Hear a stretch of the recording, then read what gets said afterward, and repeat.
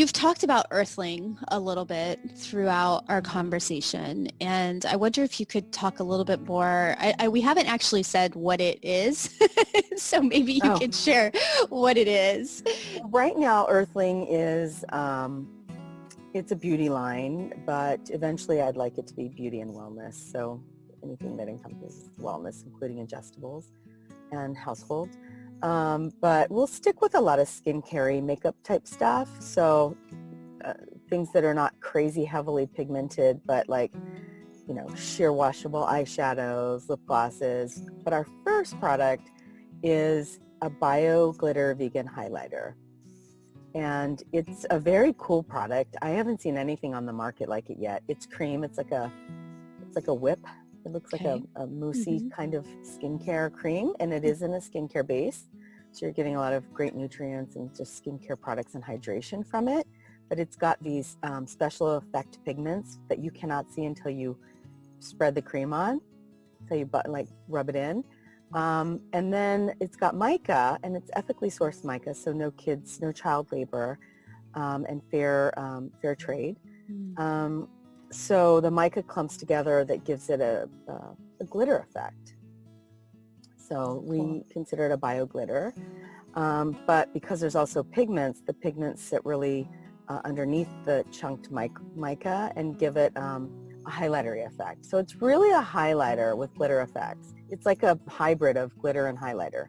It's very fun and cool. Yeah. Yeah, that is really fun because I think glitter is something that it's really fun to use, but not so great for the environment. Right. It's terrible for the environment. I mean, it's not as bad as straws or a lot of single-use things, but you definitely are seeing it in marine life and intestines of fish and frogs and stuff like that. Yeah. It's heartbreaking. It's sad. Yeah. And I don't think, it's a microplastic, and it depends on how chunky it is and things like that. Like I said, it's not nearly as terrible as a lot of single-use products, but it's not good. And it's so, it is so pervasive. Everyone is using it. It's super hot right now. I love glitter. It's fun. It's hard not to love glitter. It's so fun. I took my daughter, who was, I think, 4 at the time, to BeautyCon. Not sure how good of an example I set for her. I needed to go. I took my niece and my daughter, and she was like 20. But I remember we went up these escalators at the convention center downtown LA. And I don't know if it was Beyonce, I don't know who was playing. It was some great musician, some great vocal artist, female pop star, who had just, the song had just started. And as soon as we got to the top of the escalator, this glitter started falling and this loud music came on. Oh no. And she squealed because there's this silver glitter coming down and swirling around, and it was just so beautiful and perfect timing. And she was so excited, and I was just like, God, that is a moment I wish I had on video. And it was that glitter. It wasn't glitter, but it's confetti, but it was Mylar confetti. Okay. Basically big chunks of glitter. I know. Yeah. It's painful for me, but she thoroughly enjoyed it. She was thrilled. It was exciting for me. I was like, oh my God, this is so cool, beautiful, and that's what teenagers want and get from glitter. Yeah. The fun. Yeah. It's beautiful. So I like mine as a wash of eyeshadow. I like it as everything. And my daughter likes it, and she's 6 now, almost 7. And I don't let her wear makeup, but because it's so much like glitter, I let her wear that, and it replaces glitter. And I love the idea of it being good for your skin too. Like you said, it's in a skincare or a skin cream base, so it's not hurting you. No, it's or hurting your butter. children. Right, and it's got some nice essential oils, almond oil. So yeah, it's good, but it's got a little bit of mint, so it's got a slight cooling effect. Okay. So if you're allergic to mint, it might not be good for you. And that's, it's got orange peel, orange oil. Okay. A little lavender. Okay. People have allergies to lavender. Yeah. It's a small amount. So because it's a natural product, The mint is, we don't use fragrance. So fragrance is used not really only to make things smell good. It's really to mask smells. Okay. Even shea butter doesn't smell great by itself. Okay. So we don't use fragrance, but we use those essential oils. And if you have a sensitivity to them, it won't be the product for you. But it smells, the mint is used to mask smell.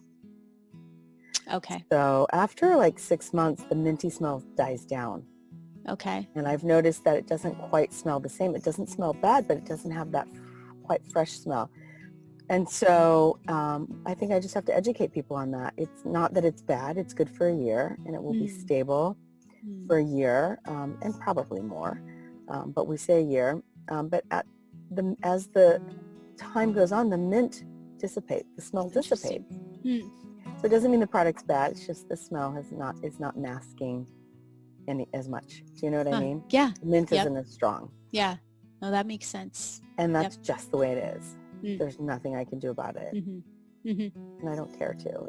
I think it's okay. Yeah, exactly. Exactly. It's better to come up with a way to do that naturally. So, that's kind of the necessary evil.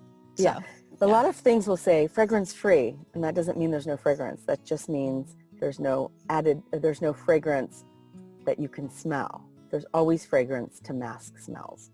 Interesting. That just means they've made it not super fragrant or floral or whatever, I see. But they'll call it fragrance free, and it doesn't mean they haven't put fragrance, because they always do to mask. It just is a fragrance that reads as a nothing smell. That makes interesting. Sense. Yeah. That is really interesting. Yeah. So still synthetic fragrance in fragrance free products that are traditional usually. If they don't say free of synthetic fragrance, they're not. Okay. All right. So if they say fragrance free, they probably still have some sort of synthetic fragrance in there. And if they say free from synthetic fragrance, then most likely they'll use like an essential oil or something like that. Yeah. Okay. The more specific, I have found that the more specific a brand is, the more of a real deal they are. Okay. That makes sense. Yeah. Yep. That makes sense. You really, you can tell. Okay. Who's passionate about it. Yeah. Not. Right. Yeah. I do believe that's becoming more obvious as time goes on. How bummed I've been in the past 15 years to not be able to, I've been offered lots and lots and lots of money from traditional brands that are coming out with a clean line, or what they want people to think is a clean line. And it's not, and I can't do it. Or a company that's like, oh, we've got a very big company, a hair care company.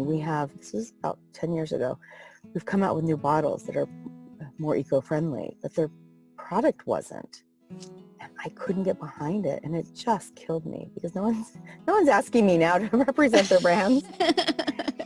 And there's so many of me now, these screen artists. And that's wonderful. I mean, thank God. I'm not interested in doing that anyway. Having said that, I would if the product's right. Yeah. It's not my focus. Like, I'm not trying to be a spokesperson. I rather start my own brand. But if the product were right, I'd be happy to endorse it or be a spokesperson for it. But I haven't found the right product, or no one's approached me with the right product in that way. I mean, I do it all the time for brands on Instagram, but I mean, to pay me a lot of money to be like the big names, like to be a real the budgets they have, right? Yeah, and because the products haven't been really truly green.